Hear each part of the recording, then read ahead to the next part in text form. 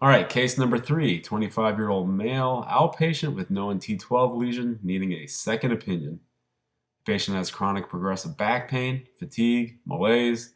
The outside CT was read as aggressive hemangioma, and the outside bone biopsy was non-diagnostic.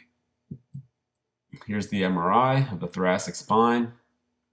You see the lesion's T2 bright, and then on the sagittal and axial post-contrast fat-saturated images, there is enhancement with some subtle paraspinal spread there anteriorly. Here's the corresponding CT. There's mixed areas of sclerosis and lucency, and there are areas of cortical destruction as well. So is this an aggressive lesion? Thanks, Mike, for that explanation. You're now going to want to choose whether you believe this is an aggressive or non-aggressive lesion. You can find the links to the subsequent videos in the comments below.